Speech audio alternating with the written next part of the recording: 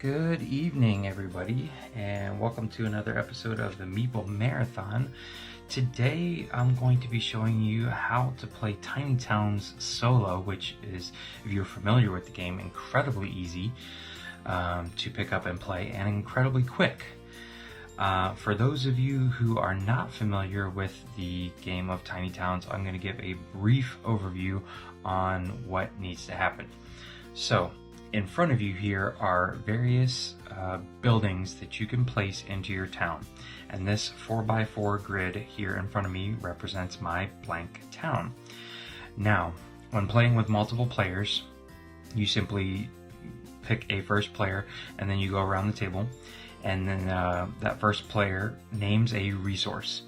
And so usually you hear them just call out the color of the resource, but there are these 5 resources here that represent wood, glass, what is this one? Wheat, I think? Stone and brick. Pretty sure yellow is wheat.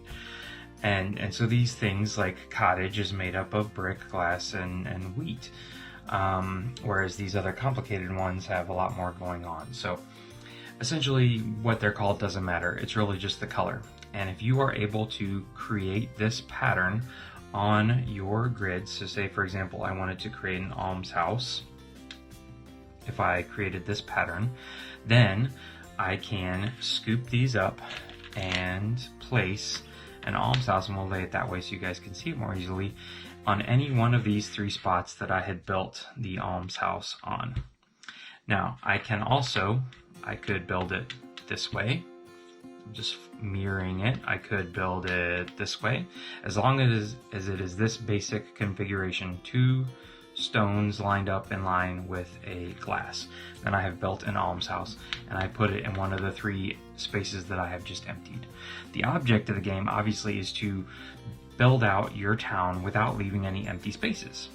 That's very hard to do, and at the end of the game, any empty spaces that you do have that do not have a building, because you're going to remove any just plain resource cubes off, any blank spaces are -2 points at the end of the game. So, how do you score points, you say? That depends on the various cards that are drawn out each game. In the base game, there are 4 of each type of building. So there are 4 green buildings, which are usually an inn or a tavern or something like that. We have drawn the almshouse. So for the almshouse, the more I build, the more points I can get, but only for even numbered almshouses. So you can see I need to either build 2 or 4. If I can build 2, I get 5 points. If I can build 4, I get 15 points. But if I only build 1, -1 point. If I get stuck on 3, -3 points. So that's important. Cottages will give me 3 points at the end of the game if they are fed. So you can't let somebody move into your town if they have no way of getting food. So my farm here just so happens to feed 4 buildings anywhere in town. I do know that there are other buildings that say only feed the 8 squares around the red structure. So red structures are always going to feed your buildings, essentially, and cottages always need to be fed. And this is the one card that is always going to be in every game. The blue, light blue color is always going to be a cottage. So let's see here, millstones are going to give me 2 points if they're either adjacent to the yellow building or the red building. So the market or the farm is where we want to build our millstones. If we build it anywhere else randomly, it's worth nothing. If a cottage is not fed, say we have 5 cottages and only 1 farm, then I'm only going to get points for 4 of them. Farms don't actually score us any points, but we need farms to be able to score cottages. We already talked about almshouses.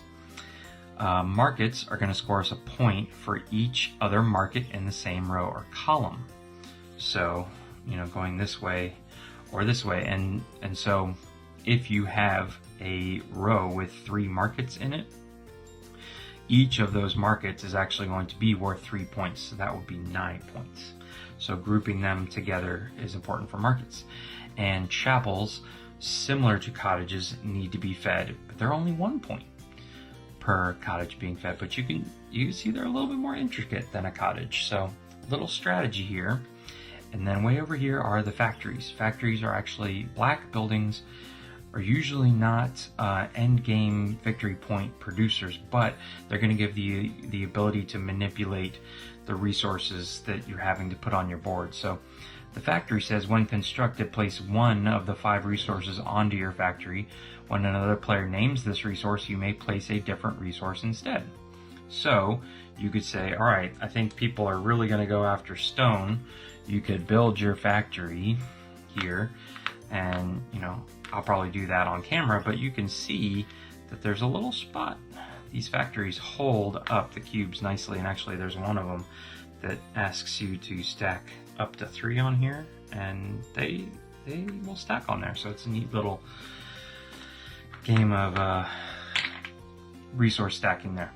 All right, so factories, again, don't score us any points, but if we get it out here, it could give us the ability that if we don't see a resource we want to, but if we match the resource on our factory, to play it as a wild. So, all right, that is how you score points, and that's the objective of the game. Now, in a multiplayer game, you're going to start with the first player, and they're going to say, all right, I'm going to build with glass. So everybody around the table has to pick up a blue cube and add it to their board anywhere they want.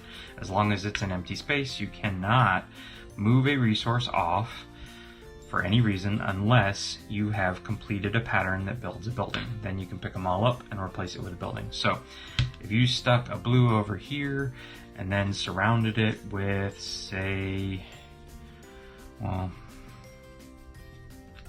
I don't know what you could surround it with, because it seems like blue can match up with any color, but if you surrounded it with all browns, it'd be very difficult to turn this blue into anything. So you got to strategize ahead. But essentially then you just go around the table, the next person picks any resource, they call it out, they pick it up, and every person has to add it to their board. So all we need in a solo player game is a deck of cards that's going to give us the resource options. So there is 5 resources in the game, there's 15 cards in this deck, and there's 3 of each resource. What you're going to do in a solo game is take 3 at a time here. 1, 2, 3. You're going to lay them out, and you get to choose between one of these 3. So say you decide to start building with stone, you're going to take stone away. It's going to go over here in a discard pile. You're going to place your stone somewhere on your board, and then you're going to fill in. All right. One little thing that I am not super big on, but I don't know how they could get around this in playing solo, is that when you're playing with multiple players, you don't go through, the first 15 turns don't go through each of the 5 resources 3 times. Sometimes people get stuck on stone, and you can go 5 people around the table and everybody picks stone. That's never going to happen in a solo game. You're always going to get the perfect mixture after 15 cards. But what's interesting, in the instruction manual, it says to have your discard pile, and so I'm discarding, and then at some point I'm going to get to the point where all my cards are in the discard pile, and I'm going to pull this card here, I'm going to stick it over here, and I'm not going to have any left to draw. The instruction manual simply says to, actually, what they say to do, is to, when you take away a card, to pick it up and put it on the bottom of the draw pile, so your draw pile never runs out. That's what they say. I find that a little silly, because then the pattern of resources is going to come out exactly how you chose it last time. So that could give you either an advantage or a disadvantage. If you, say, are trying to go for almshouses here, and you build up a bunch of almshouses in the beginning, and you pile all of your stone and glass in there, you just have to cycle through it, and then you're going to be able to punch out a whole bunch more almshouses, because you know that stone and glass are going to be punched in there at some point. So I'm not a huge fan of that. I didn't understand that. So what I do is I simply discard everything off to the side. When I run out of my draw pile, I simply take these and shuffle them up and create a new draw pile. Super simple, basic mechanic of almost any game. When your draw pile runs out, you shuffle a discard pile, stick it back over here. So that's how I play personally. Adds a little variety to the game. So why don't we do a little playthrough here and just show everybody how it's done and how quick it can be. So again, my focus is probably going to be on almshouses, cottages. Oh, I almost forgot. Everybody especially in a multiplayer game, is going to be dealt 2 of these purple monument cards. And they get to choose one, return one to the box, and keep one, and they usually are going to play with it face down. This right here is what keeps everyone's board looking differently, because everyone's purple bonus is going to give them a different setup, an entirely different thing. This is probably the most complicated building that you're going to put on your board. So some people go after this right off the bat. Some people wait to see whether it's going to be lucrative. Between the 2, I chose the Barrack Castle, which is going to give me 5 points. If fed, it counts as 2 cottages. So if I build this and then I just build 2 cottages, my 1 farm, assuming I put it down, is used up. So I'm just going to set this here off to the side. I have my 1 monument chip over here, and we're going to go ahead and get started. So let's see what we start with. And more than likely, yes, I am going to get started with Barrack Castle here. It makes it pretty easy because I need everything. So let's go ahead and get started. Wheat. And let's go with another stone over here. Now you may think to yourself, this is just too simple at the beginning of the game. And it may seem that way. It's very easy to build out your monument. It's very easy to see the cards you want. Look at that. I needed glass. So I'm getting some glass. Wouldn't this be funky? Nope. Okay, so I have run into a point where I could not create my Barrack Castle right off the bat. But I also need to make sure I get a farm in there, or I could start building an almshouse. So what do I want to do? Or my cottage. Let's go ahead and start on our farm. All right, perfect. We'll keep working on our farm. Perfect. And again, you may think, oh, see, just switch to 1 building. That's not hard at all. But just you wait. Okay. So at this point, I have created the pattern for the farm. So I now can scoop all of these up, throw them back into the pile, pick up my farm, and I can put it in any one of these 4 spaces. Well, usually I like to start on the outsides and work my way in. So we're just going to stick that there because I can feed any 4 buildings on the map. Now, if it was a different red one, I may want to put it here because it's only going to feed around it. But this one doesn't matter. So let's continue on. There's a glass that we knew was coming. So that's going to make my decision easy. We're going to play the glass. We'll remove all of these and we will build Barrack Castle in this corner. So now I essentially have 2 cottages on my map, and I'm going to flip this over just so that I don't keep looking at it and thinking I need to build it. Alright, so now we have a fresh slate again. Let's go ahead and try and build an almshouse. See if we can't get to 4 almshouses. So, stone. Oh, where do I want to put? Remember, if I want to build a market, I want to put like 3 in a row. So let's go for an almshouse like up here. Alright. Go ahead and do the other stone. And glass. And see, I knew that was coming because it was my last card. And there was 3 glasses in there. But, trust me, it will get challenging. Alright. And I used this one up, so I need to shuffle this one up real quick.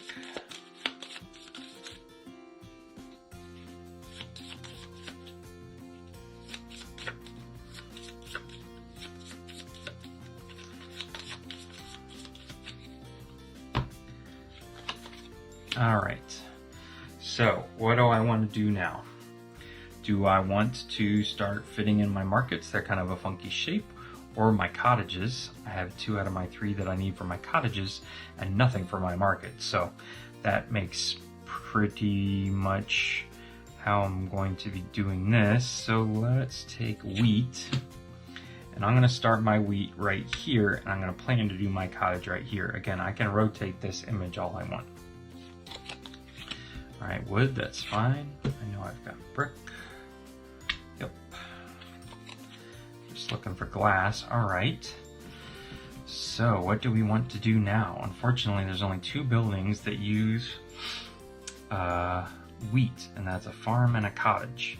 If I build this one, I'm at 3 cottages. So let's go ahead and find a way to build a 4th one here. So again, we'll do wheat. We'll put it in the same configuration. Ooh, you see, it's not becoming so easy now. All right, so now I'm stuck, but I've got some wood out there, so let's figure out how we can fit a market into here, which is gonna go right there. So, wood. Come on, Daddy needs some glass here. Nope, but that's all right. Pretty much the next 3 glass cards are going to get used up. But, how do we want to do this? So, yep, I can, if I play my cards right, I should be able to put a market here, then use these spaces, put a market here, and use these spaces, put a market there. That's in a perfect world. So, placed my glass, and I'm going to put my market right there. Hopefully 2 more surrounding it. All right, another wood. So, that's going to go right there. Okay, there we go. All right, let's get you out of the way. So we'll put you there. I built a cottage. And you, obviously, are going way up here. All right. I also want to think about slipping in a millstone up here before I fill that in, because the millstone needs at least 2. So I use the glass, right? Yep. Use that card up. Brick. All right. Don't need brick. So let's work on that millstone like we talked about. So you can go here. And stone. So I'm going to put you here. Suck you up. Create a millstone, because hopefully this is going to be another yellow one. And this should be glass. So let's go ahead and... Nope, we need to get you out of the way. So let's make another cottage. Stick you over there. Right? Yeah, you got to be out of the way. Could stick you down there. That's probably better, because I can put another millstone next to a red building. Okay, now is the glass. Quick shuffle. Board's getting a lot tighter, but I'm actually feeling pretty good about this. Just so you guys know, I've played Tiny Towns a lot, a handful of times solo, and I have never gotten better than Carpenter, which is 4 spots below Master Architect. So maybe tonight's the night. Okay, this isn't good. Nothing of what I need. So I think we're gonna have to sneak in another cottage, but that means I would need to build a farm. All right. Yep, because right now this farm is all used up. Ooh boy. All right. Need to get this wheat out of the way. Okay, put you there. Glass. Okay, we did need glass. Good. Brick. I do not need any brick anywhere. Oh. All right. Wait.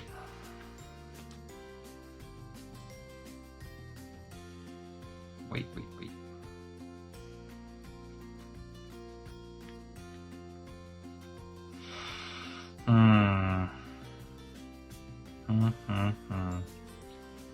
Yeah, let's do this. Let's instead do the wheat.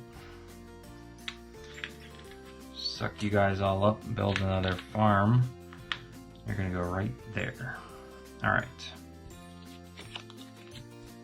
Stone. Feel like I'm gonna end up being short on stone. I need to get at least one more almshouse to not get negative points. And that's stone and glass.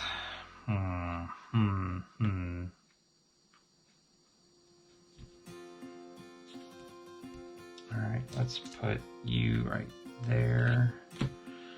Not liking this brick. Oh god. Okay. So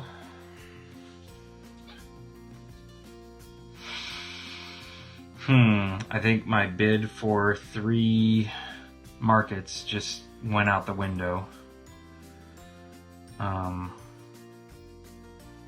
I'm gonna have to throw a cottage in here somewhere. Yeah. Okay. Sure.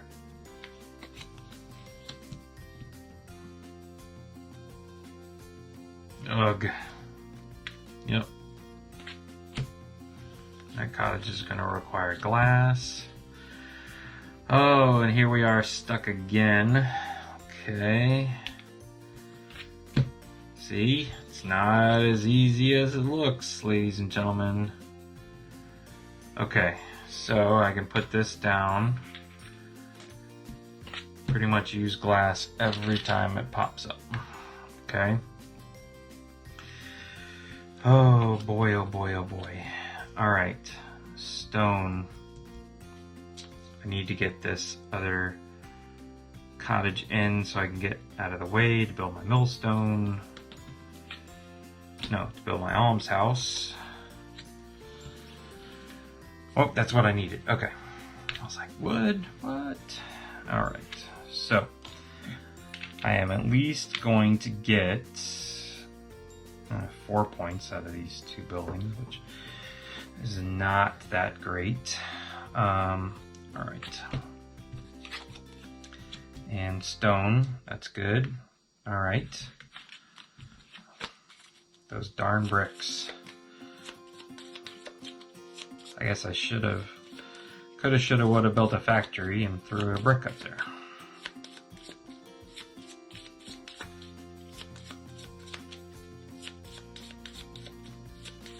But we're doing okay. Just need a lot of stone and glass. Stone, stone. These top 3 cards could be stone. I would love it. That is not a stone. Okay.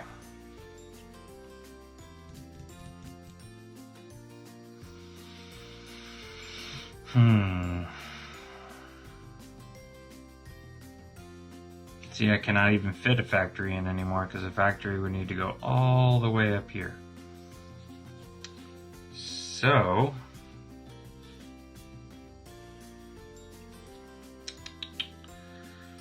let us use up the wheat.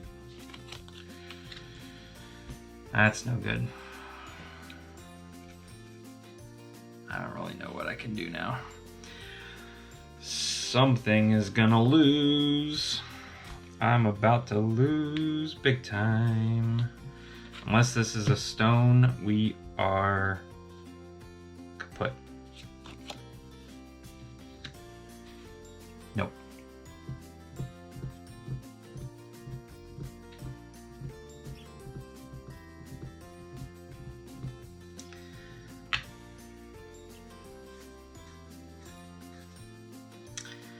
Yep.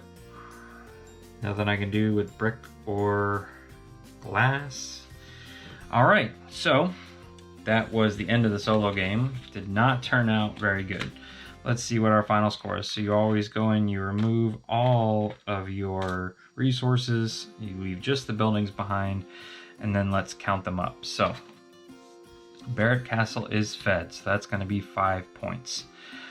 Our cottages are all fed, so they're worth 3, so that's 9.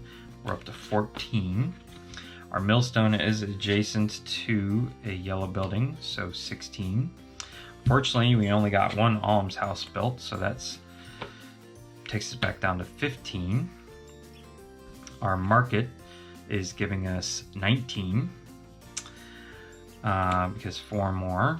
Farms don't count for anything. We did not build any chapels or any factories, and this is where it hurts. 1, 2, 3, 4, 5, 6. So I'm losing 12 points to the board, and you can see that 9 or less is aspiring architect.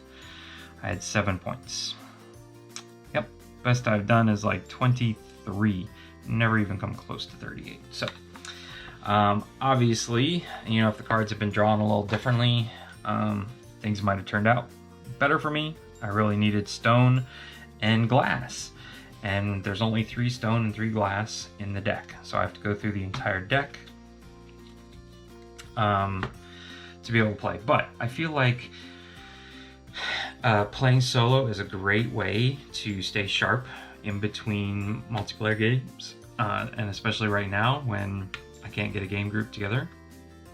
It was a great way for me to dust off the box and get to playing again. So I hope you enjoyed this video. If you did, please consider giving a thumbs up, and please consider subscribing to the channel. Once again, thanks for watching. Have a great day.